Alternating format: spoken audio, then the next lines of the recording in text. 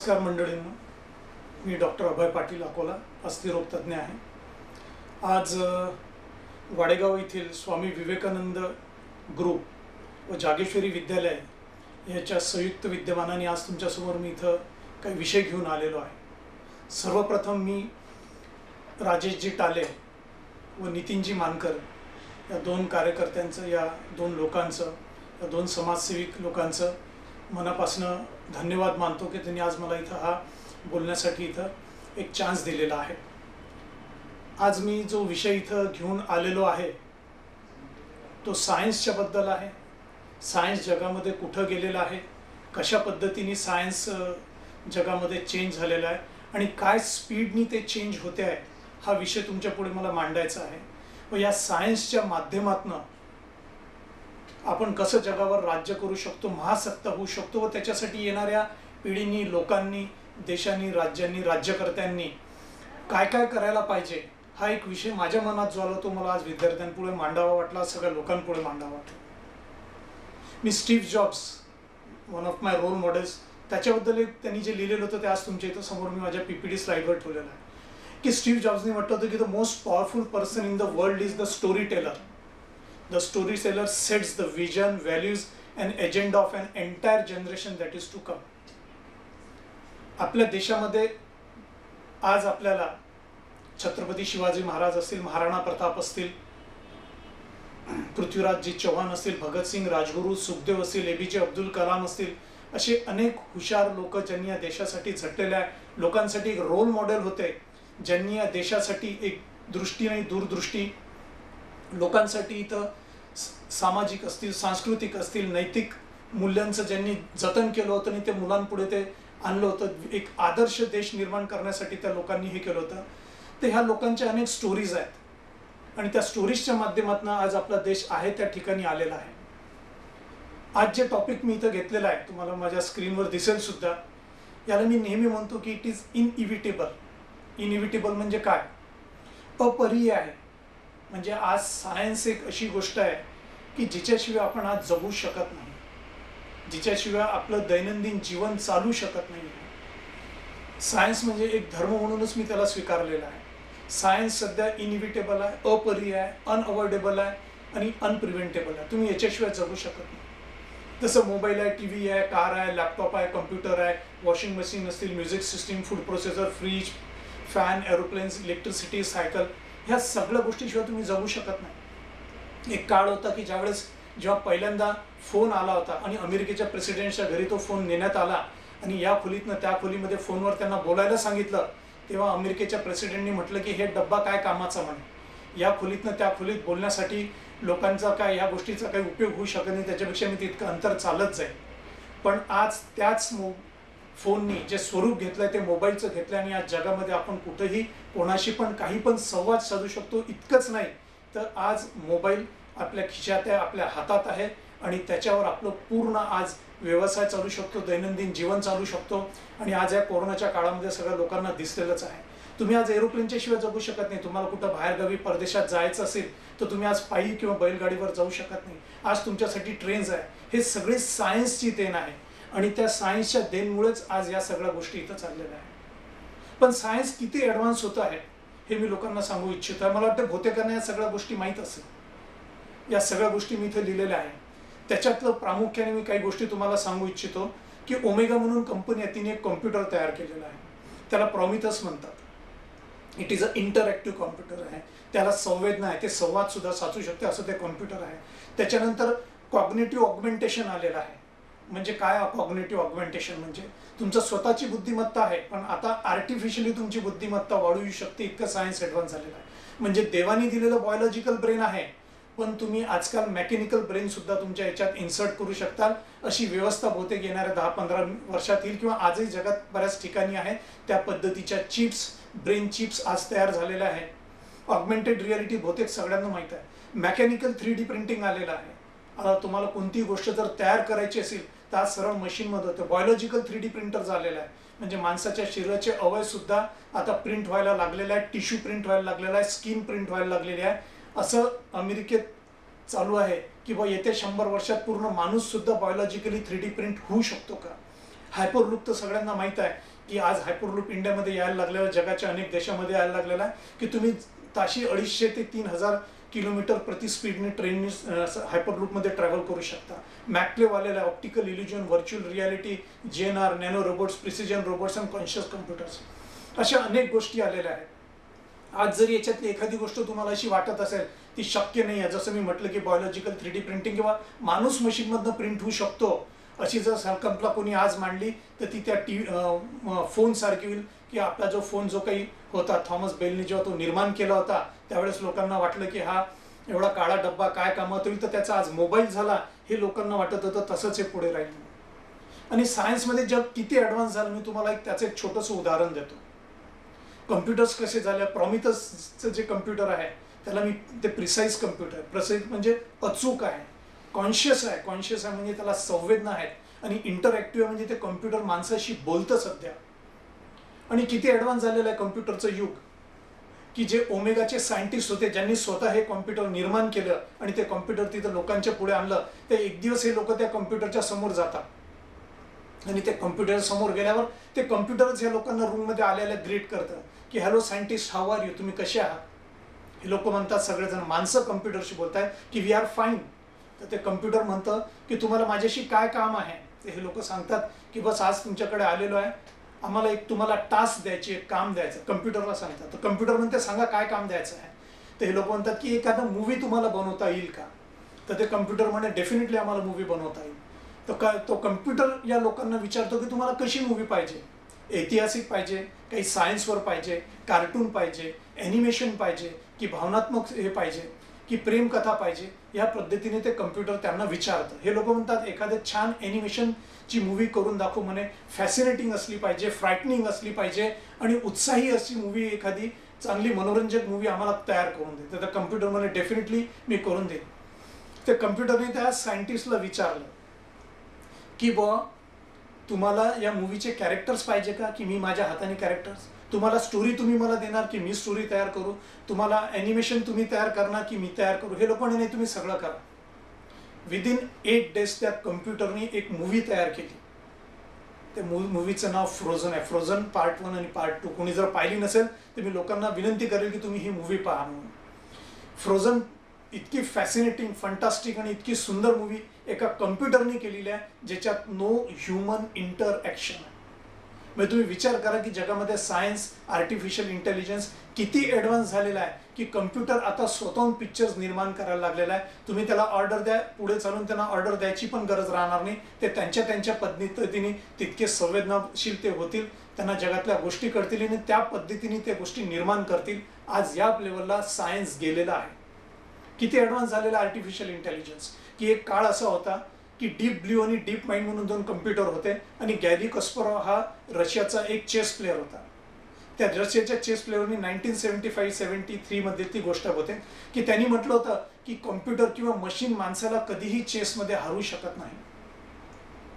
पण deep blue आणि deep माइंडला त्यावेळेसच्या सायंटिस्टनी chess खेळणं शिकवलं. त्या कम्प्युटरनी चेस शिकला. चेस शिकल्यानंतर त्यांनी गॅरी कस्परोवला हरवलं. आणि त्याच्यानंतर आता परिस्थिती अशी आहे की गुगल अल्फा 0चा एक प्रोग्राम होता, स्टॉकफिश 8 प्रोग्राम म्हणतात त्याला. हे एक कम्प्युटर आहे. ह्या कम्प्युटरने सुद्धा जगातल्या सगळ्या चेस प्लेअरला हरवलं. पण त्याची खासियत कशी आहे की डीप ब्ल्यू आणि डीप माइंड हे कम्प्युटर जे होते त्यांना चेस खेळायला शिकवलेलं होतं, पण या कम्प्युटर्सला कधीही चेस काय असते हे सुद्धा माहीत नव्हतं. त्यांनी जगातल्या सगळ्यात मोठ्या चेस चॅम्पियनशी पहिल्यांदा गेम खेळला. एका गेममध्येच हे कम्प्युटरनी ते शिकलं आणि त्याच्यानंतर तो कोणताही गेम हारलेला नाही. म्हणजे आता कम्प्युटर्स स्वतःहून इंटेलिजंट व्हायला लागलेले आहेत. ह्या सगळ्या गोष्टी मी तुम्हाला सांगतोय की सायन्स का ॲडव्हान्स झालेला आहे, कारण ह्या सांगण्याचं उद्दिष्ट असं किंवा लोकांना माहीत पडावं, ज्यांना माहीत असेल त्यांच्या संवेदना जागे व्हावं, की जोपर्यंत ह्या पद्धतीचं सायन्स आपल्या देशामध्ये डेव्हलप होत नाही तोपर्यंत आपण महासत्ता होण्याचं स्वप्न पाहू शकत नाही किंवा आपण जगावर राज्य करू शकत नाही. आणि हे जर स्वप्न आपलं असेल की आपण अमेरिका, रशिया, चीन, जपान, जर्मनी यांच्या पुढे जायचं असेल तर नक्कीच आपल्याला हे सगळं आत्मसात करावं लागेल.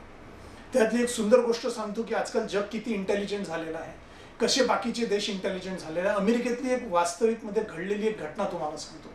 आज मी इथे एक स्टोरी टेलर म्हणून आलेलो आहे. मला तुमच्याशी गप्पा मारायच्या आहेत, मला गोष्टी करायच्या आहेत, त्या गोष्टी मी तुम्हाला सांगतो. एक डॉक्टर होता, त्याची 14 वर्षाची मुलगी होती अमेरिकेत. अचानक एक दिवस त्या वडिलांनी त्या मुलीचा मोबाईल पाहिला आणि मुलीचा मोबाईल पाहिल्यावर त्या वडिलांना दिसलं की तिच्या मुलीच्या मोबाईलमध्ये अनेक मेसेजेस आलेले आहेत. तिच्या इंस्टाग्रामवर म्हणा, तिच्या मेसेजिंग सेचरवर म्हणा, आणि सगळेचे सगळे मेसेजेस रिलेटेड टू प्रेग्नन्सी होते. प्रेग्नन्सीची औषधं, प्रेग्नन्सीचे प्रॉडक्ट्स, प्रेग्नन्सीमध्ये घेणाऱ्या काळज्या, प्रेग्नन्सी रिलेटेड पुस्तकं. त्या वडिलांना आश्चर्य वाटलं की माझी 14 वर्षाची मुलगी आहे, तिच्या याच्यावर अनेक अशा ॲड्स यायला लागलेल्या आहेत. आणि त्याच्यामुळे तो चिडला आणि तो गेला आणि त्यांनी त्या कंपनीच्या मालकांशी भांडणं करायला सुरुवात केली. त्यांनी कोर्टात केस पण टाकली आणि तो जाऊन त्यांच्या ऑफिसमध्ये भांडणं करायला लागला. त्या शॉपिंग मॉलमध्ये गेला जिथनं मेसेजेस आल्या, त्यांच्या मॅनेजरशी, त्यांच्या सीईओशी भांडायला लागला. त्या सगळ्या लोकांनी त्याला एका ठिकाणी जमा केलं आणि त्याच्या लोकांनी सांगितलं की जर आमचे कम्प्युटर्स तुझ्या मुलीच्या मोबाईलवर जर मेसेज पाठवत असतील म्हणे, याचा अर्थ निश्चित तुझी मुलगी प्रेग्नेंट असेल, तू चेक करून घे. तो डॉक्टर याच्यात पडला. ते म्हणे का? तेव्हा त्या लोकांनी सांगितलं म्हणे की तुझी मुलगी जेव्हा बाहेर निघते, ज्या शॉपिंग मॉलमध्ये जाते, त्या शॉपिंग मॉलमध्ये आमचे सगळे कॅमेरे सगळ्या प्रत्येक गिराईकाला ट्रेस करतात. तुम्ही मोबाईल नंबर जरी काही प्रॉडक्ट्स खरेदी केले आणि नाही दिले तर तुमच्या फेस रेकग्नायझेशन मेथडनी तुमचं फेस रेकग्नाइज करतात, तुमच्या डोळ्याच्या ब्ल्यूप्रिंट्स काढतात, तुमच्या प्रत्येक शरीराची हालचाल, हाईट याच्यावरून नॅशनल डाटामधनं ते जाऊन तुमची माहिती काढतात, तुमचा मोबाईल नंबर काढतात, तुम्ही कोण आहे, तुम्ही काय काय प्रॉडक्ट्स पाहिलेले आहे आणि ते प्रॉडक्ट कशाशी रिलेटेड आहे त्याच्यापासून म्हणे आमचे पूर्ण आर्टिफिशियल इंटेलिजन्स जे आहे म्हणे ते माहिती करतो म्हणून की या माणसाला काय प्रॉब्लेम आहे, त्याच्या आवडीनिवडी काय आहेत, त्याला काय आवडतं, त्याला खायला काय आवडतं, त्याची हेल्थ कंडिशन्स काय आहे, त्या पद्धतीने ते सगळं कम्प्युटर्स ॲटोमॅटिकली लोकांना रेकमेंडेशन करत राहतात. त्या डॉक्टरला आश्चर्य वाटलं. तो घरी गेला, त्यांनी तिच्या मुलीचा दाटदपट केली, विचारलं, माहिती केलं आणि त्याची मुलगी खरंच प्रेग्नंट निघाली. This is how the world is observing you. म्हणून जेव्हा आपल्या इथं विषय येतो आणि टिकटॉक बॅन करण्याचा विषय आला होता किंवा पबजी वगैरे हे सगळे याचा विषय आपल्या देशामध्ये सध्या ताजा आहे, त्याला कारणच आहे की ह्या सिस्टीम्स आहेत, या सिस्टीम्स तुमच्या डे टू डे लाईफवर हे करतात. तुमच्या प्रत्येक आवडी निवडी हे सिलेक्ट करतात, त्या प्रत्येकीने तुम्हाला मेसेजेस जातात, त्या मेसेजला बळी पडून तुम्ही खरेदी करतात. त्याच पद्धतीने ॲमेझॉन असेल, फेसबुक असेल, इंस्टाग्राम असेल, जगातल्या ऑनलाईन कंपनीज असतील, ह्या प्रत्येक माणसाची मानसिकता ओळखतात आणि त्या पद्धतीने हे करतात. त्याच पद्धतीने आजकाल जगातली इलेक्शन सुद्धा हे झालेलं आहे. असं म्हटलं जातं की ट्रम्प यांचं इलेक्शन पूर्ण रशियन लोकांनी हायजॅक करून लोकांच्या माइंडमध्ये तसं हे केलं, असं सुद्धा पुढे चालून होऊ शकतं. म्हणून ह्या टेक्नॉलॉजीज आपल्याला माहीत करायला पाहिजे.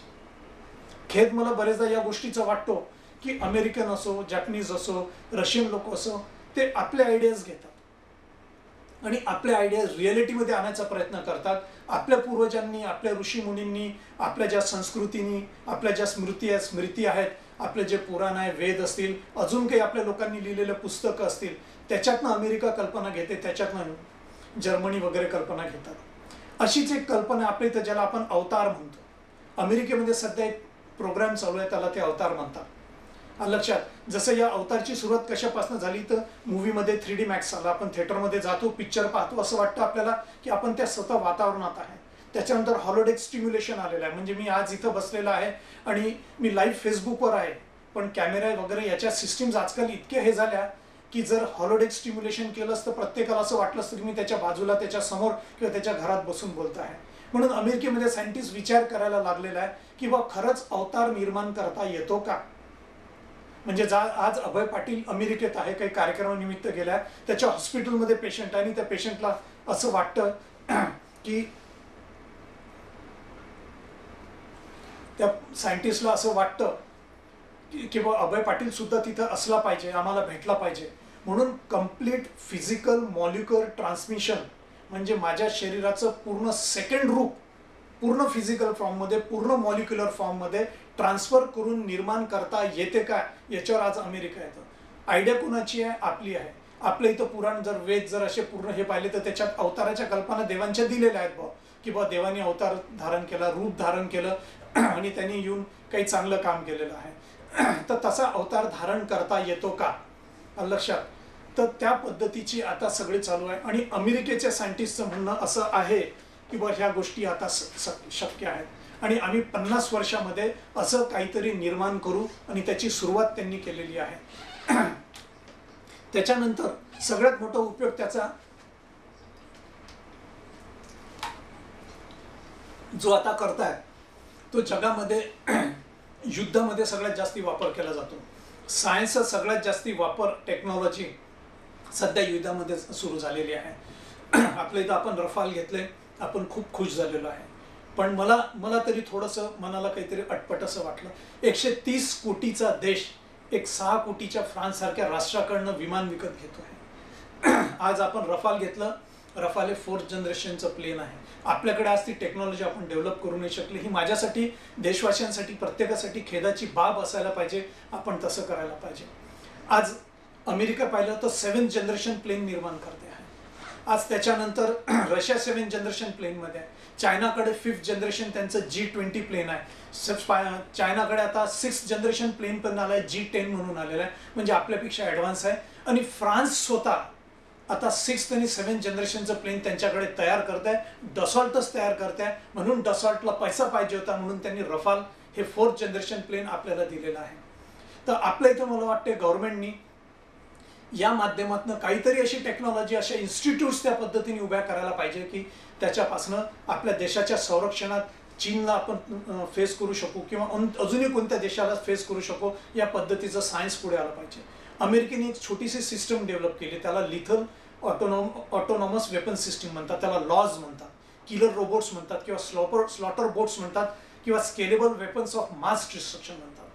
काय कल्पना आहे ती तुम्हाला मी सांगतो. मी तुम्हाला स्क्रीनवर जर तुम्ही पाहिलं असेल तर तुम्हाला असं वाटतं की मधमाशा आहेत, ते किडे दिसतात. नाही, हे किडे नाही आहे. हे आर्टिफिशियली तयार केलेले ड्रोन्स आहे. अमेरिकेमध्ये मॅसेच्युट्स इन्स्टिट्यूटमध्ये हे सगळे तयार झालेले आहेत. त्यांचे डिफेन्स सेंटर जे आहे तिथचं आणि डिफेन्स रिलेटेड रिसर्च आहे तिथं हे सगळं तयार होतं. आणि हे काय आहे यांना ह्या सगळ्या ज्या इथं दिसत आहेत किलर रोबोट्स, यांना स्वतःचं आर्टिफिशियल इंटेलिजन्स असते. ते लाखोच्या संख्येने असतात. ते सगळे एकमेकांना समजतात, ते हवेत उडतात आणि ते एकमेकाला धक्का सुद्धा लागत नाही. आणि त्याच्यात आर्टिफिशियल इंटेलिजन्स असतं. त्या इंटेलिजन्सच्या माध्यमातून ते ओळखतात. समजा इंडियाकडे जर हे असतं, चायनाशी युद्ध झालं समजा, तर आपले हे किलर रोबोट्स हवेत जातील, प्रत्येक चायनीज शोल्डरला आयडेंटिफाय करतील, त्याचं फेस रिकग्नायझेशन करतील, त्यांच्या मशीन्स, त्यांच्या गन्स, त्याच्यापासनं त्यांचे बूट, कपडे याच्यापासनं ते आयडेंटिफाय करतील आणि त्यांच्यावर टार्गेट स्पेसिफिक असे मिसाईल्स किंवा वेपन्स किंवा बुलेट्स लागलेले असतात. टार्गेट स्पेसिफिक बुलेट्स असतात आणि ते जाऊन त्या सैनिकांना तिथं मारलं असतं. म्हणजे माणसाला युद्धभूमीवर उतरण्याची गरजच अमेरिकेने ठेवलेलं आहे. आणि विशेष म्हणजे सगळ्या देशातल्या लोकांना हे माहीत करायला पाहिजे की याच्यावर सगळ्यात जास्ती रिसर्च सध्या जे कोणी करताय त्या माणसाचं नाव विजय कुमार आहे. तो इंडियन आहे. तो तिच्या head of department of mechanics आहे मॅसेच्युट्स इन्स्टिट्यूट्समध्ये. मोहगावकर म्हणून दुसरा माणूस त्याच्यासोबत इंडियन स्टुडंट आहे. हे तिथं काम करतायत. हे दोघंच्या दोघे आपल्या इथले इंडियन IIT मधून निघून तिथं गेलेले आहे. ही सगळ्यात दुःखाची आणि खेदाची बाब आहे की आपल्या इथचे लोक जाऊन तिथं त्यांनी हे सगळं निर्माण केलेलं आहे. पण ॲज अ इंडियन म्हणून नाही, तो अमेरिकन सिटीजन आहे. अमेरिकन सिटीजन आहे. त्या पद्धतीचं ॲडव्हान्स थिंकिंग इंडियामध्ये आलेलं आहे. म्हणजे माझ्या हे सांगण्याची जे गोष्टी आहेत, हे कारणं आहेत की मला पुढे सांगायचं आहे माझ्या लेक्चरमध्ये की बा इंडियानी काय करावं, विद्यार्थ्यांनी काय करावं, लोकांनी काय करावं, आईवडिलांनी मुलांसाठी काय करावं, ह्या मला सगळ्या संकल्पना, काय विचारधारा असली पाहिजे आपली ते सांगतोय. म्हणजे किती सायन्स ॲडव्हान्स झालं त्याचं एक उदाहरण सांगतो की रे कार्झवेल आणि हरगोविंद सिंग खुराना म्हणून एक माणूस आहे. हरगोविंद सिंग खुराना इंडियामध्ये होते, गंगानगर युनिव्हर्सिटीमध्ये प्रोफेसर होते आणि त्यांनी एका काळामध्ये एक संकल्पना आपल्या देशापुढे मांडली होती किंवा माणसाची एक कातडीचा तुकडा घेतला तर मी दुसरा माणूस निर्माण करू शकतो. तेव्हा त्यांनी रिसर्चसाठी फंडिंग मागितलं तर पंजाब युनिव्हर्सिटीने नाही म्हटलं, पंजाब स्टेटने नाही म्हटलं, त्यावेळेसच्या PMO IAS ऑफिसर्सने त्याला वेळेमध्ये काढलं आणि त्याला पैसा सँक्शन नाही केला. तेच हरगोविंद सिंग खुरानाने काय केलं, अमेरिकेत गेला, तिथं त्यांनी रिसर्च केलं. अमेरिकेने मिलियन्स ऑफ डॉलर्स त्याला दिले. 21 वर्ष त्यांनी रिसर्च केलं. 21 वर्षाच्या रिसर्चमध्ये त्याला 2दा नोबेल प्राइज भेटलं. म्हणजे एका विषयात 2दा नोबेल प्राइज भेटणारा जगामध्ये माणूस हरगोविंद सिंग खुराना हा जन्माने इंडियन आहे, पण रिसर्च करताना आणि नोबेल प्राइज घेताना तो अमेरिकन होता, कारण की अमेरिकेने त्याने फंडिंग केलं. या दोन लोकांचं काय म्हणणं माहिती आहे का, की जर आम्ही स्मशानभूमीत गेलो आणि आमच्या आई वडिलांच्या अस्थी जर आज बाहेर काढल्या तर त्याच्यातनं आम्ही पुन्हा आमच्या आई वडिलांना निर्माण करू शकतो. इतकी सध्या सायन्समध्ये ताकद आहे. त्या टेक्नॉलॉजीला GNR म्हणतात, that is called as genetics, nano technology आणि रोबोटिक्स. आणि हे शक्य आहे. This will be possible. तसंही माणसाचा टिश्यू घेऊन आज आपण एक माणूस निर्माण करू शकतो. हे 100% आहे. त्याला क्लोनिंग म्हणतात. जगामध्ये काही कारणास्तराने ते बॅन आहे, इथिकल ग्राउंड्सवर ते बॅन आहे, पण त्या पद्धतीच्या जगामध्ये मेंढी वगैरे हे ते केलेलं आहे. टिश्यूपासनं मटण वगैरे तयार करता येतं, म्हणजे विदाऊट किलिंग एनी गोट आर्ट, म्हणजे जेनेटिक इंजिनिअरिंगच्या माध्यमातून इस्रायलने आज ती टेक्नॉलॉजी डेव्हलप पण केलेली आहे. तुम्हाला उद्या जर पाहिलं तर इस्रायलमध्ये तुम्ही मटण जे आहे ते जेनेटिकली इंजिनिअरिंग लॅबमध्ये तयार झालेलं मटण तयार होते. त्या पद्धतीची ऑर्डर चायनाने आज इस्रायलला दिलेली सुद्धा आहे. तर ह्या सगळ्या गोष्टी जगामध्ये अशा निर्माण होत आहे. आणि ह्या टेक्नॉलॉजी करता करता आता 3D प्रिंटिंग सुद्धा आलेलं आहे. म्हणजे इस्रायलमध्ये बाकीच्या देशामध्ये टेक्नॉलॉजी इतकी ॲडव्हान्स झाली आहे की तुम्हाला जर स्ट्रॉबेरी निर्माण करायची आहे तर काही दिवसांनी तुम्हाला शेतामध्ये जाऊन पेरण्याची गरजच नाही पडणार आहे.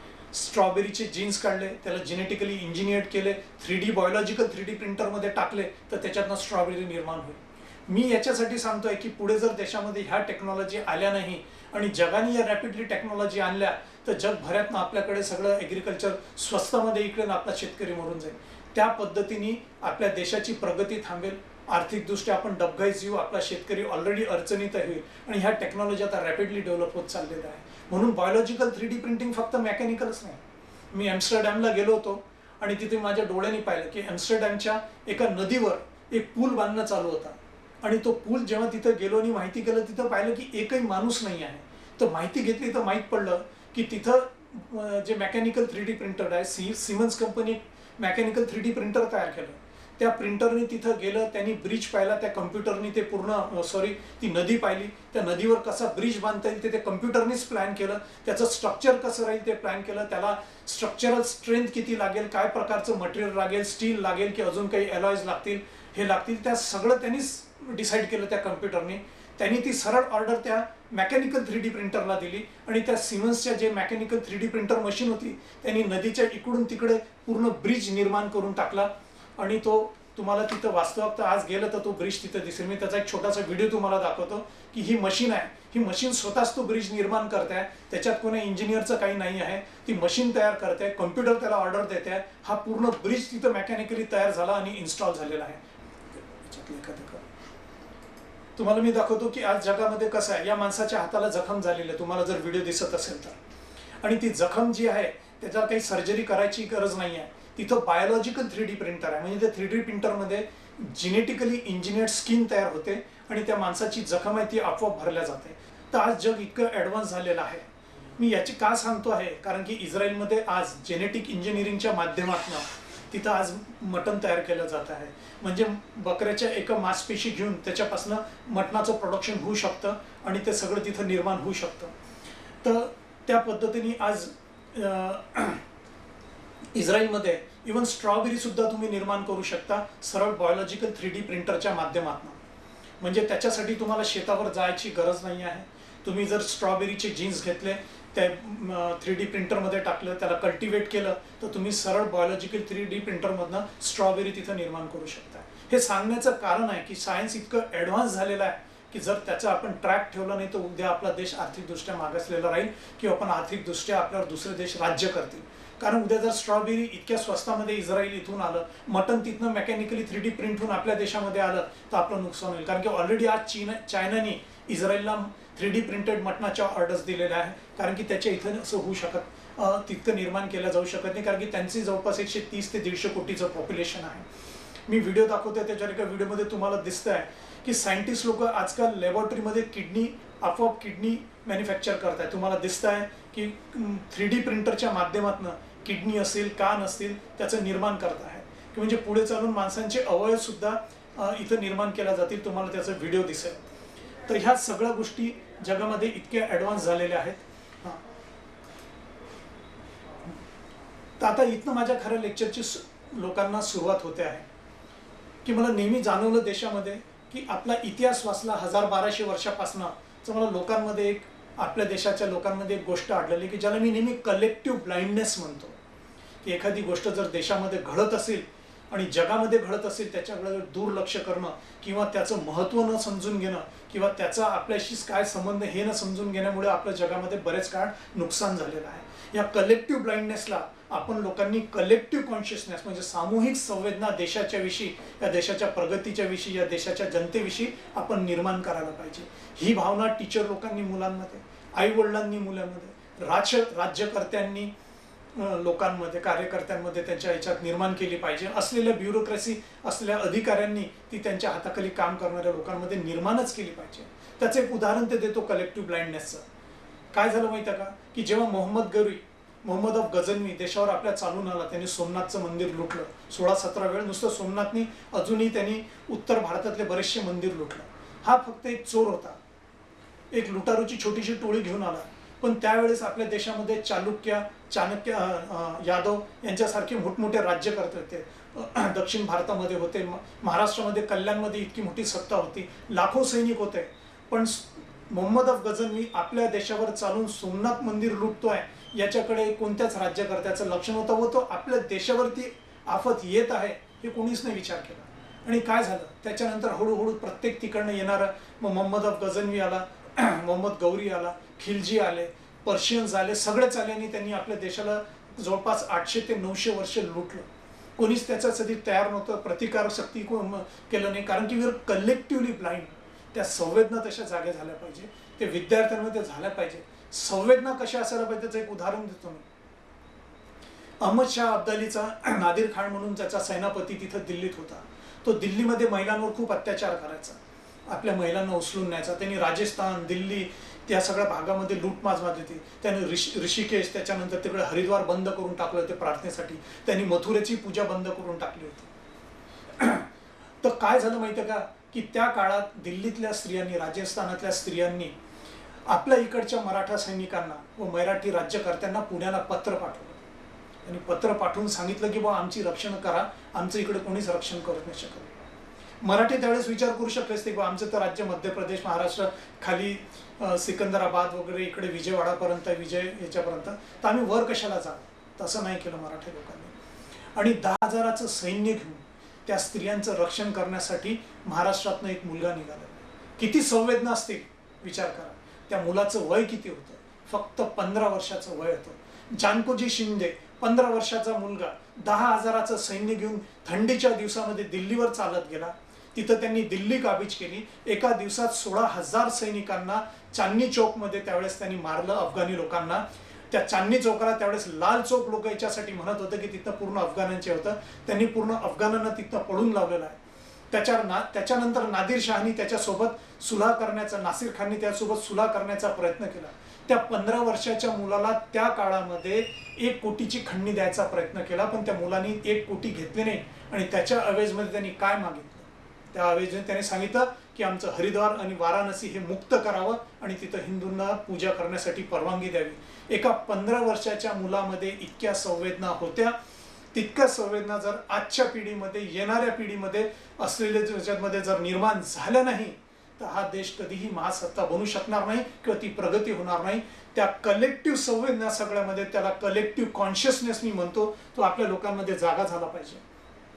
त्याच्यासाठी आपल्याला काय पाहिजे येणाऱ्या पिढीमध्ये, विद्यार्थ्यांना, जे विद्यार्थी असतील ऑनलाईन आज जागेश्वर विद्यालयाच्या माध्यमातून, यांना की तुम्ही थिंक बिग इन लाईफ. तुम्हाला सांगतो की मोठे विचार करा. Low aim is a crime in life. Don't think small, think ahead. पुढचा फ्युचरचा विचार करा आणि थिंक फास्ट. लक्षात, आपण शंकर भगवानाची पूजा करतो, आपल्याला माहित नाही की आपण का पूजा करतो. आपण त्याला धर्माच्या काही याच्यात हे केलेलं आहे. आपण शंकर भगवानची पूजा कशासाठी करतो त्याचं लक्षात घ्या. शंकर भगवानाच्या डोक्यावर 3रा डोळा होता. खरंच मनुष्याच्या डोक्यावर डोळा असू शकतो का? नाही. शंकर भगवान एक दैवत्व प्राप्त झाल्यावर अद्भुत शक्ती त्यांच्यामध्ये होती, पण he was a God of vision. त्याला विजनरी देव म्हणायचे, दृष्टीचा, दूरदृष्टी होती त्यांना. म्हणून म्हटलं जातं की जशी ज्याची दृष्टी तशी त्याची सृष्टी. तुम्ही विचार करा, त्याच पद्धतीने तुमचं विश्व निर्माण होईल. तुमची तशी दृष्टी, तुमची दूरदृष्टी असली पाहिजे, तरच तुमची सृष्टी निर्माण करू शकतात. शंकराची पूजा त्याच्यासाठीच केल्या जाते की तो गॉड ऑफ विजनरी होता. पार्वती मातांना दिवस होते, ते कैलास पर्वतावर राहायचे, तेव्हाच त्यांना माहित होतं की नाही, इथं पात्रिक लोक आहेत, त्यांच्याशी आपले भांडणं होतात, युद्ध होतात, रोजचे युद्ध होतात. म्हणून त्या मातेच्या सुरक्षेसाठी त्यांनी आपलं अजून दुसरं घर पूर्वीपासूनच देवगिरी म्हणजे ज्याला आजचं काश्मीर म्हणतात, तिथं निर्माण केलेलं आहे. म्हणून आपल्याला आपल्या येणाऱ्या आपल्या पिढीचं ब्ल्यूप्रिंट तयार करावं लागेल की ही पिढी कशी राहील. आपल्या देशाचं एक ब्ल्यूप्रिंट तयार करावं लागेल. नेपोलियन बोनापार्टनी हा शब्द त्याच्या रोजच्या कामामध्ये घेतला जातो. तो युद्धाचं पहिले ब्ल्यूप्रिंट तयार करायचा आणि तो नेहमी म्हणायचा नेपोलियन बोनापार्ट की all wars are won in the general strength. म्हणजे सेनापतीच्या तंबूमध्ये प्लॅनिंग केलं तरच युद्ध होतं. म्हणून मी विद्यार्थ्यांना सांगेल जे असतील लाईव्हवर, किंवा सगळ्यांना सांगेल, आई वडिलांना सांगेल की तुम्ही तुमच्या मुलाचं जे भविष्य आहे ते आज ब्ल्यू प्रिंट करा. हे देश कशाने मोठा होईल? हा ज्ञानाने मोठा होईल. आपल्या देशामध्ये ज्ञानाचा सगळ्यात मोठं राहिलं. हिंदू धर्म हे ज्ञानाचंच प्रतीक आहे. हिंदू धर्माचे सगळे वेद, चारी वेद जर पाहिले, सामवेद असतील, यजुर्वेद, अथर्ववेद असतील, तर हे सगळे वेद 108 उपनिषद आहे. ते मांडलिका असो, कुंडलिका असो, पूजा असो, कितीही वेद असतील, तर हे सगळेच्या सगळे कोणी देवानी आपल्याला सांगितलेले नाही आहे. आपल्या ऋषीमुनी ते त्या काळचे बुद्धिवान लोक ते त्यांनी लिहून ठेवल्या. आपल्या स्मृतीज असतील, आपल्या महाभारत रामायण असतील, ते विश्वमित्रांनी, वशिष्ठ गुरूंनी लिहिलेले असतील, विश्वमित्रांनी लिहिलेलं, व्यास गुरुजींनी लिहिले असतील. हे सगळे लोक माणसं होते. कुठंही त्याच्यात दिलेलं नाही आहे की कोण्या देवानी आपल्याला सांगितलंय, कारण की आपलं विद्वान बेस्ट आपला धर्म होता आणि त्याला ज्ञान हे त्याचं प्रतीक होतं. का आपल्या गीता, आपलं रामायण, आपलं महाभारत भगव्या कपड्यामध्ये गुंडाळलेलं असते? कारण की भगवा हे ज्ञानाचं प्रतीक आहे. भगवा हा रंग नाही आहे. हिंदू धर्म भगव्या रंगाचं महत्वच ते आहे की ते ज्ञानाचं प्रतीक आहे. मी तुम्हाला मागच्या वर्षी सांगितलं असेल की गौतम बुद्ध म्हणजे त्रिपिटकामध्ये 9792 वेळा, मागे पुढे काहीतरी असू शकते, आणि त्रिपिटकाच्या व्यतिरिक्त अजून ग्रंथामध्ये 19,772 वेळा काहीतरी त्यांना भगवा म्हटलेला आहे. कारण त्यांनी ज्ञानाचा अंतिम बिंदू गाठलेला होता. हिंदू धर्म म्हणजे ह्या भगव्याचं प्रतीक आहे, आम्ही ज्ञानाचं प्रतीक आहे. म्हणून म्हटलं जातं अनुभद्रा कर्तव्य यांतु विश्वता, म्हणजे जगातल्या सगळीकडनं आम्हाला नॉलेज येऊ दे, असं आपल्या धर्माचं मूळ पाया आहे. आणि ते आपल्या वेदांमध्ये असं म्हटलं जातं. लोकांना असं वाटतं की बा रणांगणावर युद्ध होतं महाभारताचं. लोकांना प्रत्येकाला आपल्या घरी एक कॅलेंडर असेलच, बहुतेकांच्या घरी. त्या कॅलेंडरवर काय दाखवलं की श्रीकृष्ण भगवान उभे आहे आणि अर्जुन भगवान त्यांचे हात जोडतो आहे. ही रणांगणावरची परिस्थिती होती. त्या रणांगणावर जेव्हा युद्धासाठी तिथं सगळी सैन्य उभं झालं, अर्जुन हा कृष्ण भगवानांच्या पाया पडण्यास गेला, तर पार्थाला कृष्णाने पाया पडू दिलेलं नव्हतं. तेव्हा अर्जुन हा संभ्रमात पडला आणि अर्जुनाला भीती वाटली की बा माझा गुरु मला पाया पडू देत नाही तर मला आशीर्वाद देत नाही का? म्हणून अर्जुनाने कृष्ण भगवानांना विचारलं की बा तुम्ही मला पाया का नाही पडू देत?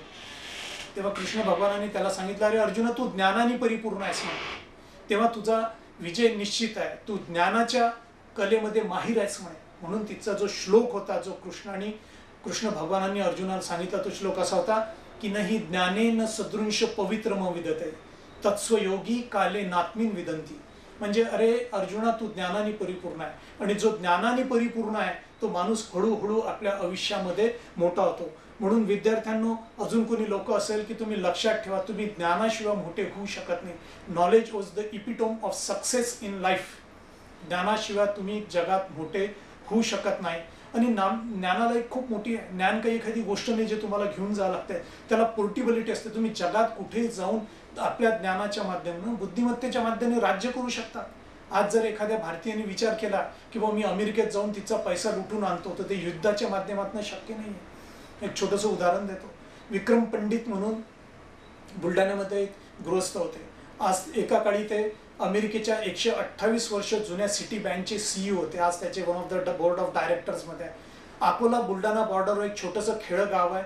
त्या गावामध्ये विक्रम पंडितचा जन्म झाला. वडील साधारण शेतकरी होते आणि त्यांनी त्यांच्या मुलाला आपल्या शेतीच्या कमाईत फाटकं धोतर बनेसहित शिकवलं. विक्रम पंडित हे शिकले, तिथनं ते नागपूरला आले, नागपूरला शिकले. नागपूरनंतर ते IIM अहमदाबादमध्ये आले, तिथं त्यांनी शिक्षण घेतलं, इकॉनॉमिक्समध्ये शिक्षण केलं. अमेरिकेत गेले, अमेरिकेत ते सिटी बँकचे CEO झाले आणि $700 मिलियन पेक्षाही जास्ती त्यांचा पगार होता. आणि त्याच्यापेक्षा कितीतरी पटीने as a board of director म्हणून त्यांना घर बसल्या पैसा भेटतो. इतका पैसा अमेरिकेतनी त्यांनी आज मिळवलेला आहे. हा फक्त बुद्धिमत्तेच्या जोर. एक सुंदर उदाहरण आहे विक्रम पंडितांचं. विक्रम पंडितचे वडील त्याच्यानंतर मुंबईत राहायला लागले. 1 BHK फ्लॅटमध्ये ते राहत होते. जेव्हा विक्रम पंडित सिटी बँकचे CEO झाले, तेव्हा काय केलं की पत्रकार त्यांच्या घरी गेले. पत्रकारांनी पाहिलं की विक्रम पंडितचे वडील एवढ्या छोट्याशा खोलीत राहतात. त्यांच्या घरात AC नाही होतं. वडिलांचं बनीन साधा विदर्भातला शेतकरी, फाटकं धोतर, बनीनला छिद्र, काटकसरी माणूस होता. मुलाकडे इतके पैसे आले, मुलाने दिले तरी ते तसेच राहत होते. म्हणून कोणी एका खोडसर पत्रकाराने त्यांना प्रश्न विचारला की मुलगा इतका पैसा कमवतो, अमेरिकेत आहे, मॅनहॅटनमध्ये तो राहतो, लक्षात, तिच्या मॅनहॅटनच्या स्ट्रीटमध्ये त्याचं सगळ्यात मोठं घर आहे, जिथं अमेरिकेचे लोक सुद्धा घर बांधण्याचं स्वप्न पाहू शकत नाही, तिथं घर आहे म्हणे. आणि तुमचा मुलगा तुमची काळजी घेत नाही का म्हणे, तुम्हाला पैसे पाठवत नाही का म्हणे, तुमच्या घरात AC नाही आहे म्हणे, तुमच्या अंगावर फाटकं बनियन धोतर आहे म्हणे. तेव्हा विक्रम पंडितच्या वडिलांनी जे उदाहरण दिलेलं आहे ते मी म्हणतो आजच्या आई वडिलांसाठी ते उदाहरण आहे. त्याच्या वडिलांनी काय म्हटलं होतं पत्रकारांना, की the hole life I have invested in knowledge बोले. That's why my son is today Vikram Pandit and the MD and CEO of city bank of America म्हणे. मी माझ्या आयुष्याची सगळी मिळकत ही ज्ञानामध्ये इन्व्हेस्ट केलेली आहे म्हणे. TV, फ्रीज, मटेरियलिस्टिक गोष्टी, कपडे लत्ते, खाण्यापिण्यावर खर्च केला नाही, म्हणून माझा मुलगा आज विक्रम पंडित आहे म्हणे. म्हणून मी आई वडिलांना सांगेल की आयुष्यात मुलांना कोणालाही जर काही इन्व्हेस्टमेंट करायची असेल आयुष्यात, तर ती इन्व्हेस्टमेंट त्यांनी ज्ञानामध्येच करायला पाहिजे, पुस्तकांमध्ये करायला. बाबासाहेब आंबेडकरांनी त्यांच्या समाजाला सांगितलं होतं, त्यांच्याच नाही, त्यांचा समाज म्हणजे पूर्ण भारतच होता, की ज्याच्या घरात नाही पुस्तकाचे कपाट त्याचं घर होईल भुईसपाट. हे त्यांनी सांगितलं होतं. शिक्षण हे वाघिणीचं दूध आहे, जो पिल तो दरकाळेल, तोच्या देशावर राज्य करू शकते. म्हणून नॉलेज आहे की knowledge has no geographical boundaries. तुम्ही त्याच्यात काही त्याला लिमिटेशन्स नाही, तुम्ही जगामध्ये कुठेही जाऊन नॉलेजच्या याच्यानं. म्हणून मी आजच्या विद्यार्थ्यांना सांगेन की आयुष्यात काही इन्व्हेस्ट करायचं असेल तर ते नॉलेजमध्ये करा, पुस्तकामध्ये करा. विदाऊट नॉलेज तुम्ही कुठेही आयुष्यात मोठे होऊ शकत नाही. त्याच्यामुळे असतील इच्छा राज्यकर्त्यांना, कोणी लीडर्स लोक हे भाषण ऐकत असतील, माझं बोलणं ऐकत असेल, तर मी म्हणेल की ते एज्युकेशन सिस्टीम इंडियामधली चेंज झाली पाहिजे. त्याला स्टेम एज्युकेशन म्हणतात, science, technology, engineering and maths. याला व्हॅल्यू ॲडेड हे म्हणतात. लक्षात, म्हणजे व्हॅल्यू म्हणजे सामाजिक, सांस्कृतिक, नैतिक मूल्य पण त्याच्यात जपल्या गेले पाहिजे असं एज्युकेशन आहे. पण इंडियामध्ये मी सांगेल की सायन्स, टेक्नॉलॉजी, इंजिनिअरिंग, आर्ट्स आणि मॅथमॅटिक्स, त्याच्या आर्ट्स सुद्धा ॲलो केलं पाहिजे. कारण की मॉरल व्हॅल्यू एज्युकेशन आपल्याकडे आलं पाहिजे. आर्ट्स कशासाठी? कारण जगामध्ये आर्ट्स एक अशी गोष्ट आहे की ज्याच्यातनं आपल्या ब्रेनची right side of brain develop केलं जातं. म्हणून या पद्धतीची एज्युकेशन सिस्टीम आपल्या इथं आलेली पाहिजे आणि ही यंग एजमध्ये सुरू करायला पाहिजे. सायन्स, टेक्नॉलॉजी मुलांना शिकवण्यासाठी काही ते 8वी 9वीत पाहिजे नाही. 2री 3रीच्या मुलांना सुद्धा त्या पद्धतीने प्रॅक्टिकल याच्यावर जर सायन्स शिकवलं तर ते मुलं शिकू शकतात आणि ते करायला पाहिजे. आणि एज्युकेशन कसं असलं पाहिजे? Education should not be look education, book education, it should be look education. त्याचं एक उदाहरण सांगतो मी. ते गाईचं चित्र दाखवलं. मी शाळेत असतानाचं माझं एक उदाहरण सांगतो. काय झालं की माझ्या बाजूला आमचं को एज्युकेशन होतं, मुलं मुली सगळे एका वर्गात असायचे. माझे बाजूच्या बेंचवर एक मुलगी बसायची, खूप श्रीमंताची मुलगी होती ती. लक्षात, खूप मोठं घर होतं त्या काळात. 2 एकरमध्ये घराला मोठमोठ्या भिंती होत्या, गाड्या होत्या घरामध्ये. म्हणजे त्या काळात आम्ही इम्पोर्टेड गोष्टी पाहायच्या असल्या तर त्यांच्या घरी जायचो. ती रोज गाडीतनं शाळेत यायची, शाळेतनं केलं की पुन्हा घरी जायची. हुशार विद्यार्थिनी होती. एकदा काय झालं की चित्रकलेचा क्लास होता आणि वर्गामध्ये काय झालं की टीचरने सांगितलं की गाईचं चित्र काढायचं.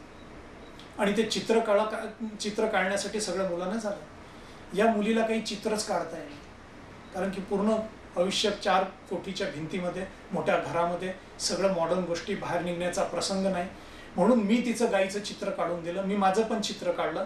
आणि काय झालं माहिती आहे का, की मी काय केलं, गाईचा जो दुधाचा ओवा असतो, ज्याला अडर म्हणतात इंग्लिशमध्ये, तो मी माझ्या याच्यात व्यवस्थित काढला आणि तिच्या चित्रामध्ये समोरच्या 2 पायामध्ये काढून दिलं. ते चित्रकलेचा वर्ग झाल्यावर टीचरनी सगळ्यांचे ते पेपर चेक केले. टीचरनी त्या मुलीला तिथं बोलवलं आणि तिला विचारलं की बा तुला गाईचं सुद्धा चित्र काढता येत नाही. तिला एक थापड मारली टीचरने. त्या काळात टीचर मारत असायचे. टीचरने सांगितलं की तू गाईचा दुधाचा ओवा समोरच्या 2 पायात काढला. तर तेव्हा तिला टीचरला सांगितलं की हे चित्र मी काढलंच नाही, माझ्या बाजूला अभय पाटील बसतो त्यांनी काढलं. टीचरनी मला बोलवलं, मलाही मारलं. पण मी म्हटलं मला मारायच्या आधी तुम्ही पहिले पहा की माझं चित्र व्यवस्थित आहे का. तर माझं चित्र व्यवस्थित जे, म्हणून तुझं चित्र व्यवस्थित, तिचं का तू चूक काढलं. तर मी टीचरला सांगितलं की education should not be book education, education should be look education. हे शिक्षण जे आहे ते प्रत्यक्षात पाहिजे, ते तिथं जाऊन असलं पाहिजे. मुलाला जर गाय काय आहे हिचं महत्त्व जर सांगायचं असेल तर तो शेतावर गेलाच पाहिजे, तो गायच्या गोठ्यात गेलाच पाहिजे. त्याला गायचं महत्त्व तिथं गेल्याशिवाय समजणारच नाही आहे. तर ह्या पद्धतीचं जोपर्यंत लुक एज्युकेशन आपल्या इथं येत नाही, आपल्या इथं विद्यार्थ्यांना पेंडुलम शिकवला जातो पण तो वर्गात बसून शिकवलं जातं. त्याला प्रत्यक्षात पेंडुलमच्या तिथं नेलं आणि पेंडुलमचे एक्सपिरियन्स जर करून दिले तर तो ना. फोकल लेंथ, कॉन्व्हेक्स लेंथ आपल्याला शिकवल्या जाते पण ती बोर्डवर शिकवल्या जाते. पण आमच्या काळात आमचे सर होते, खरंच त्यावेळेचे अनेक टीचर होते, त्यातले हंबर्डे सर एक होते. आम्हाला त्यांनी प्रत्यक्षात मैदानावर नेऊन कॉन्व्हेक्स लेन्स काय असते, लेन्स घेतली, काकवत ठेवला, उन्हामध्ये 5 मिनिटं सर थांबले, त्यांनी तो भिंग तिथं धरला, त्या भिंगाच्या माध्यमातून कागदावर तो फोकस केला आणि तिथं तो कागद जळला आणि त्याच्यावर कॉन्व्हेक्स लेन्स घेतला. हा सिद्धांत जेव्हा त्यांनी प्रॅक्टिकलमध्ये सांगितला, बोर्डवर ताबडतोब समजतो. त्या पद्धतीची एज्युकेशन सिस्टीम जोपर्यंत आपल्या इथं येत नाही, प्रॅक्टिकल अप्लाइड नॉलेज जोपर्यंत येत नाही, तोपर्यंत आपल्या देशामध्ये या पद्धतीचे इनोव्हेशन होत नाही. त्याच्यानंतर सगळ्यात मोठा प्रॉब्लेम आपल्या देशामध्ये काय आहे, त्याला मी सगुण म्हणतो आणि निर्गुण म्हणतो. आपल्या धर्मामध्ये आपल्याला दिलेलं आहे, पण आपण त्याचा कधीच वापर करत नाही आहे. आपल्या इथं काय झालं माहिती आहे की आजचे जे पॅरेंट्स आहेत, त्यांनी आपल्या मुलांना एक ATM कार्ड करून टाकलेलं आहे. कोणत्याही आईवडिलांना विचारलं तर ते म्हणतात, बा माझा मुलगा डॉक्टर झाला पाहिजे. पण डॉक्टर झाला पाहिजे आणि त्यांनी पैसा कमवला पाहिजे. पण त्यांनी समाजसेवा, पैसा कमवा वाईट नाही, पण त्यांनी समाजसेवा पूर्वी करायला पाहिजे का? काही सायन्समध्ये नवीन आणलं पाहिजे का? जगात लोकांचे जीव असल्यासाठी त्याला काय नाही. आपण सगुणाकडे जातो. सगुणा म्हणजे पोझिशन, पैसा, पॉवर, आपल्याला त्याची लालच जास्ती आहे. आपण निर्गुणा कधीच नाही घेतलेला आहे. निर्गुणा म्हणजे काय? साधं एक महाभारताचं उदाहरण आहे. युद्धाची तयारी सुरू होती आणि पांडव आणि कौरव कृष्णाकडे गेले. पांडवांनी काय केलं, काय मागितलं कृष्णाला, आणि कौरवांनी पाहिलं. कौरव सगळ्यात गेले. दुर्योधनाने कृष्णाला काय मागितलं, कृष्णाला त्यांनी त्याचं पूर्ण संपत्ती मागितली, त्याच्यानंतर पूर्ण रणाचे साहित्य मागितले, सगळे रणगाडे मागितले, त्याची पूर्ण सेना मागितली, सगळे सेनापती मागितले. पण कृष्णाने मागितलं काय मागितलं, त्यांनी त्याला सगुणा म्हणतात, पोझेशन म्हणतात, निर्जीव गोष्टी मागितल्या. पण पांडवांनी काय मागितलं, पांडवांनी जाऊन फक्त श्रीकृष्ण मागितलं, फक्त की बस आम्हाला तुम्ही पाहिजे, तुमची बुद्धिमत्ता पाहिजे. त्याला निर्गुण म्हणतात. ज्याला फॉर्म नाही, दॅट फॉर्म नसलेला, ज्याला आकार नाही आहे, ते ज्ञान आहे, त्याला पोटेन्शियल म्हणतात. भविष्यात मी आईवडिलांना म्हणेल, विद्यार्थ्यांना म्हणेल आणि सगळ्या टीचर लोकांना सांगेल की ही पोटेन्शियल जे आहे, जे निर्गुण आहे, याची वृत्ती आपल्यामध्ये निर्माण झाली पाहिजे की नाही मी ज्ञानाचा पूजक राहील. मी सांगेल की विद्यार्थ्यांना, जिंदगी में कामयाबी के पीछे मत भागो, काबिलियत के पीछे भागो. आप जिंदगी में काबिल होंगे, अपने आप कामयाब हो जाएंगे. तर ती गोष्ट त्याच्यात आहे. नुसतं इंजिनियर व्हायचं, IIT व्हायचं, कोणत्या तरी मोठ्या कंपनीत पॅकेज पाहायचं, ही वृत्ती जी आहे ती आपल्या आता देशामध्ये आपण सोडायला पाहिजे. ही मेंटॅलिटी आपल्या इथं हे करायला पाहिजे. जगामध्ये जर पाहिलं तर दुसरं कॅरेक्टर मी लोकांना सांगितलं आहे, त्याला मी अनसुपरवाइज्ड एज्युकेशन म्हणतो. जगामध्ये लोक खूप मोठी लोक आहेत. तुम्ही जर युरोप अमेरिकेमध्ये गेलं, मला खंत एका गोष्टीचा वाटतो की मी माझ्या आजूबाजूला जेवढ्या सायन्सच्या गोष्टी पाहतो, मग तो TV असेल, कम्प्युटर असेल, मोबाईल असेल, फ्रीज असेल, ट्रेन असेल, बायसिकल असेल, रोज दैनंदिन गोष्टी आपण वापरतो. पण याच्यातल्या फारच क्वचित गोष्टी, एखादीच कोणती तरी गोष्ट आपल्या देशामध्ये निर्माण झाली असेल, इनोव्हेट झालेली असेल. सगळं इनोव्हेशन का अमेरिकेत होते, सगळं इनोव्हेशन का युरोपियन कंट्रीजमध्ये होते, रशियामध्ये होते, जपानमध्ये होते आणि आता चीनमध्ये व्हायला लागलं. पण आपल्या इकडे का आपल्याला टेक्नॉलॉजी इम्पोर्ट करावी लागते, का आपल्याला एक ॲपल फोन अमेरिकेतनं मागावा लागतो, का आपल्या इथं कोणी ॲपल फोन निर्माण नाही केला.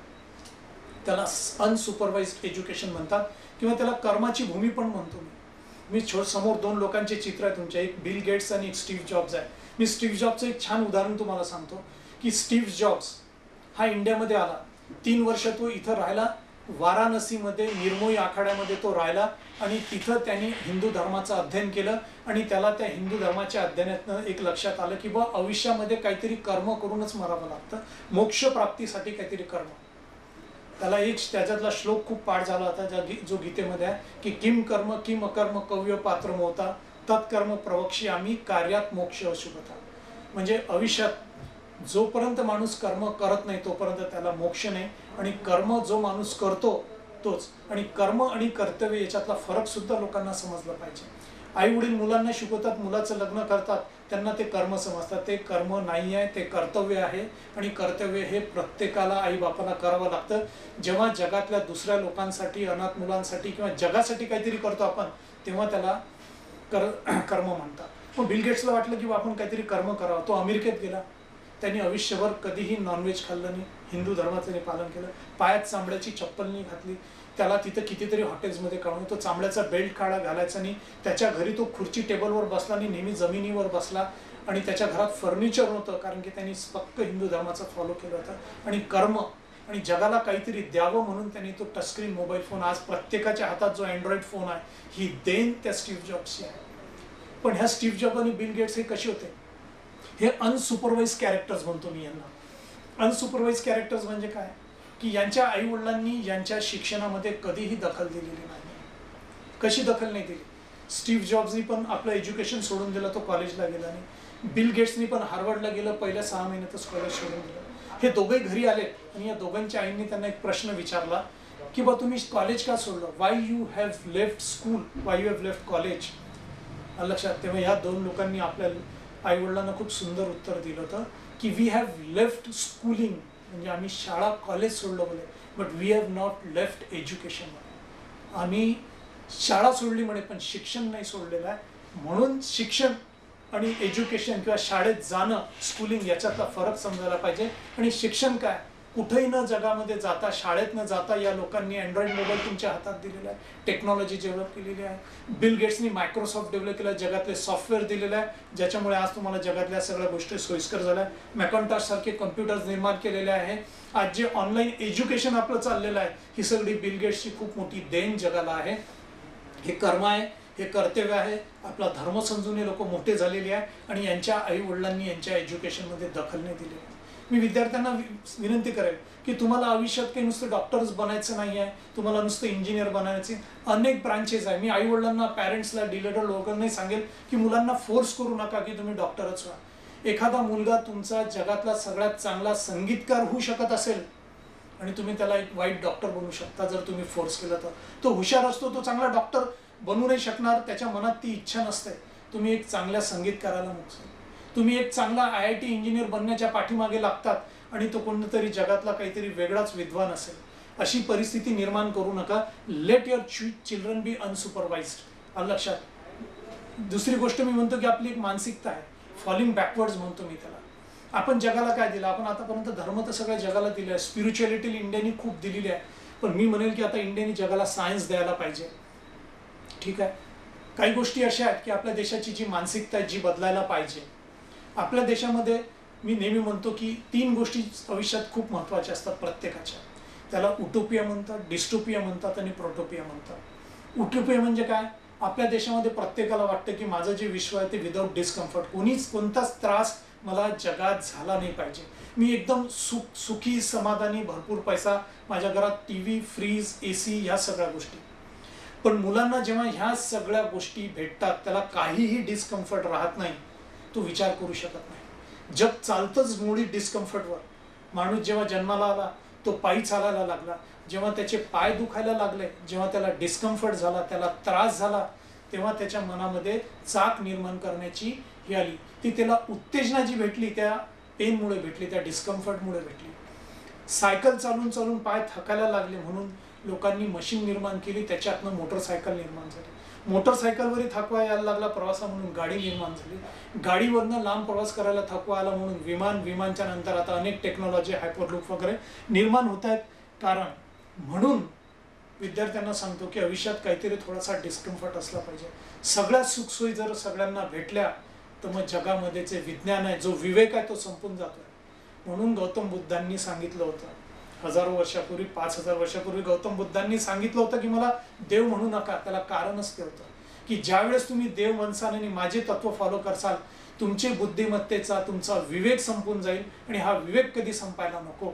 म्हणून म्हणे तुम्ही स्वतःचे एखादं तत्वज्ञान असेल ते माझ्यापेक्षाही सुंदर असेल, म्हणून स्वतःच्या तत्वज्ञानावर जगण्याचा हे करा आणि त्याच्यासाठी डिस्कम्फर्ट नको. डिस्टोपिया, वर्ल्ड विदाउट डिस्कम्फर्ट, हे एक खूप मोठी कल्पना आहे. आणि प्रोटोपिया म्हटलेलं आहे. तिसरी गोष्ट, कॉन्स्टंटली चेंजिंग. जग हे constantly, the only thing that is constant in the world is change. जगामध्ये एकच गोष्ट सगळ्यात जे काही स्थिर असेल ते बदल आहे. प्रत्येक गोष्ट जगामध्ये बदलली आहे.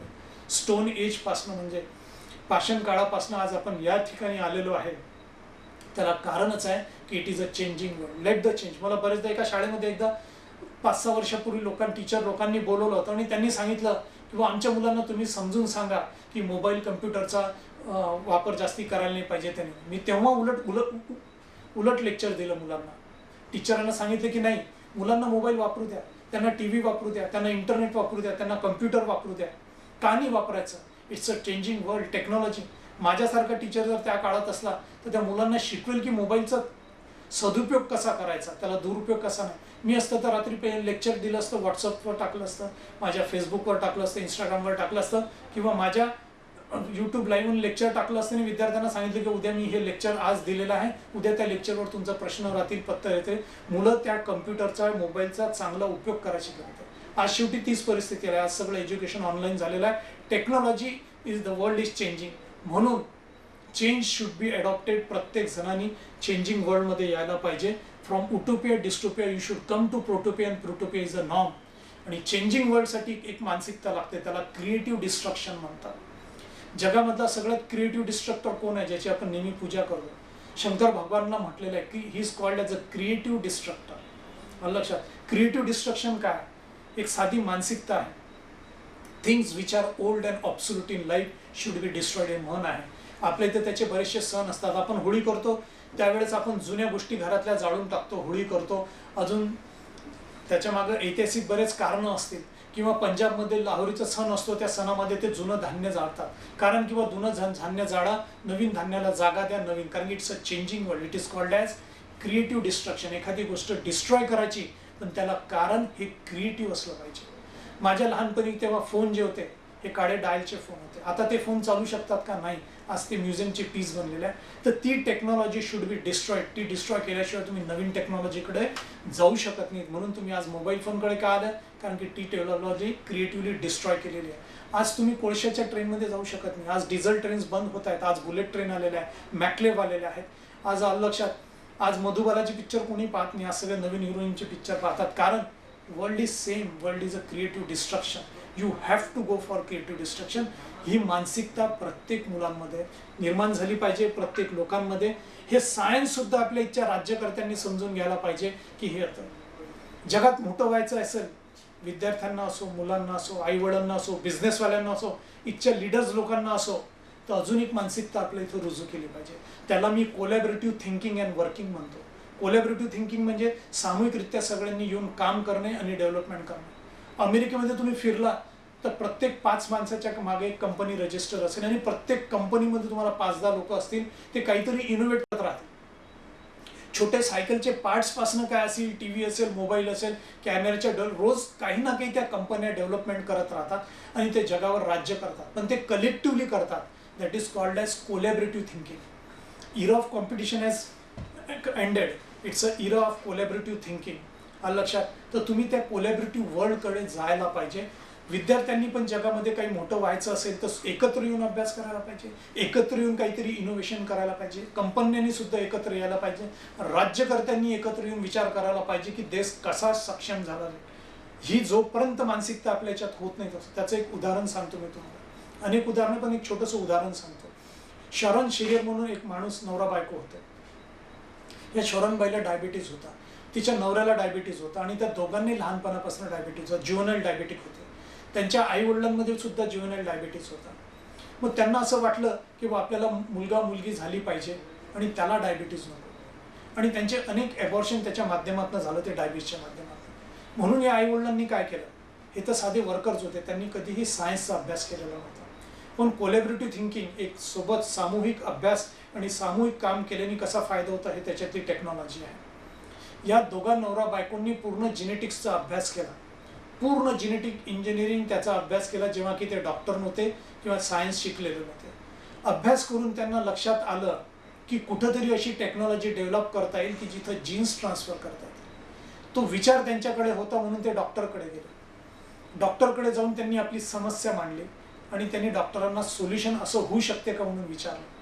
म्हणून डॉक्टरनी काय केलं की जेनेटिक इंजिनियर्सला बोलवलं, सगळ्या सायंटिस्टला. आई वडील, डॉक्टर, जेनेटिक इंजिनियर, सगळे सायंटिस्ट, लॅबोरेटरीज आणि अमेरिकेतल्या कंपनी एकत्र आलं की बा असं केल्या जाऊ शकतं का? आणि यस, तसं केलं जाऊ शकतं आणि तसं होऊ शकतं.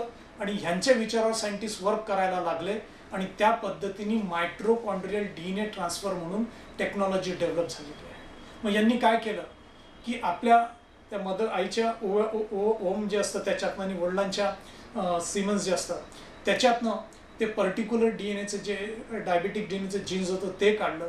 एका नॉन डायबिटिक फॅमिलीमध्ये ते जीन्स घेतलं, ते तिथं इन्सर्ट केलं, ते बेबी डेव्हलप केलं. मग त्या आईच्या त्या गर्भाशयामध्ये ते इम्प्लांट केलं, तिथं ते बाळ जन्मलं आणि त्या बाळाचं नाव आहे एलेना. जगामधलं पहिलं 3 पॅरेंट चाइल्ड म्हणतात त्याला, कारण की त्या चाइल्डमध्ये स्वतःच्या आई वडिलांचे आणि एका पर माणसाचे जीन्स त्याच्यात आले, म्हणून त्याला म्हणतात. कशामुळे झालं? That is called as collaborative thinking. जोपर्यंत मी आज देशातल्या राज्यकर्त्यांना सांगेल की देशामध्ये जर काही निर्माण करायचं असेल सगळ्यात मोठं, तर मी जर तिथं राज्य नाही आहे, नशिबाने हा भाग वेगळा आहे, पण मी जर असतो तर सगळ्यात पहिले देशामध्ये 5 अशा IIT निर्माण केल्या असत्या की ज्या एक्सक्लुझिव्हली डिफेन्स टेक्नॉलॉजी शिकवतील, डिफेन्स टेक्नॉलॉजीमध्ये रिसर्च करतील. कंबाईंडली इन्स्टिट्यूटची फॅक्टरी राहील, ती तिथं डिफेन्स प्रॉडक्ट्स निर्माण करीन आणि देश त्याच्याकडनं प्रॉडक्ट्स विकत घेईल. स्वतःचीच त्या पद्धतीची एज्युकेशन सिस्टीम की जिथं डिफेन्सचं एज्युकेशन पण, तिचं डिफेन्सचे सायंटिस्ट निर्माण करणे, तिथंच त्या IIT मध्ये डिफेन्सची फॅक्टरी आणि तीच फॅक्टरी तिथनं डिफेन्सचे प्रॉडक्ट्स देशासाठी निर्माण करेल. तशाच IIT काढल्या असते जे फक्त मेडिकलचं सायन्स स्टडी करेल, मेडिकलचं बायो इंजिनियर जेनेटिक्स तिथं निर्माण करेल, तीच टेक्नॉलॉजी देश विकत घेईल आणि ते पुढे. अशा अनेक त्या पद्धतीच्या IIT इन्स्टिट्यूट्स, मेडिकल इन्स्टिट्यूट्स आपल्याला निर्माण करायची आज गरज आहे, नाही तर आज आपण जगाला तोंड देऊ शकतो. याच्यासाठी कोलॅबरेटिव्ह थिंकिंग हा कन्सेप्ट देशामध्ये प्रत्येक व्यक्तीमध्ये आलेला पाहिजे. विषय संपवता शेवटी मी सांगेल की एक विषय मी नेहमी मांडतो की what you have to create, that is called as new sphere. America काय करते ते तुम्हाला सांगतो. That is called as global minds, that is called as world mind, that is called as collective intelligence, that is called as collective behaviour. America जगावर राज्य कसं काय करते, अमेरिका इतक्या टेक्नॉलॉजी डेव्हलप कशी काय करते, जर्मन इतक्या टेक्नॉलॉजी कशी काय डेव्हलप करते, तर ते काय करतात की they have created a concept which I call that concept as new sphere. मी त्याला ग्लोबल माइंड म्हणतो, वर्ल्ड माइंड म्हणतो. अमेरिका काय करते की लोकांची जातपात पाहत नाही, ती सगळ्या जगामध्ये शोधत राहते की कुठं इंटेलिजंट माणसं आहेत. ते माणसांना आपल्या देशामध्ये बोलवते, त्यांना आपल्या देशाची सिटिझनशिप देते आणि त्याच्याकडनं जगातल्या सगळ्या टेक्नॉलॉजी इन्व्हेंट करते. आज गुगल सारखी कंपनी आहे, लक्षात निर्माण दुसऱ्या लोकांनी केलेली आहे, पण आज तिचा CEO कोण आहे? सुंदर पिचाई, एक इंडियन माणूस आहे. सध्या तो अमेरिकन सिटीजन आहे. आपल्या इथं खरगपूरमध्ये शिकलेला IIT मधला हैदराबादचा मुलगा आहे. आज जगातल्या सगळ्यात मोठ्या कंपनीचा CEO आहे, बोर्ड ऑफ डायरेक्टरमध्ये आहे. त्यांनी त्याची जातपात नाही पाहिली, कोणत्या देशाचं पाहिलं, त्यांनी पाहिलं की he is a global mind. त्यांनी त्याला आपल्या न्यू स्पियरमध्ये म्हणजे आपल्या इंटेलिजंट स्पियरमध्ये इन्क्लूड केलं.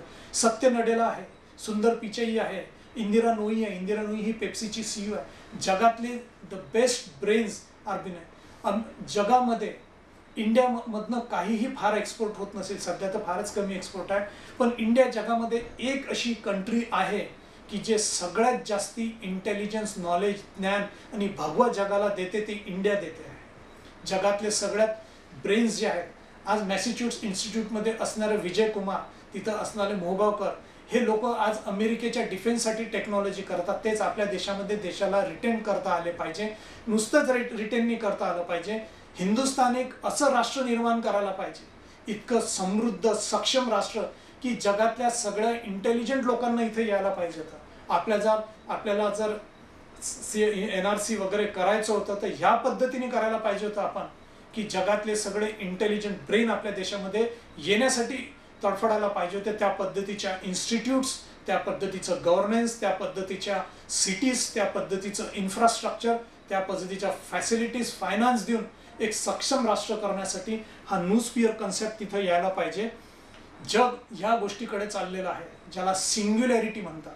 मी मुलांना सगळ्या विनंती करणे जे आज नेटवर असतील किंवा लोकांना, की सिंग्युलॅरिटी म्हणून एक पुस्तक आहे, रे काल्सचं जे पुस्तक आहे ते सगळ्यांनी हे करा, की अमेरिका असं विचार करतं आहे की इतकं सायन्स ॲडव्हान्स येईल आणि एकच टेक्नॉलॉजी जशी जगात येऊन जाईल की त्याच्यातनं जगातल्या लोकांच्या सगळ्या समस्या a frontier beyond which nothing can be non.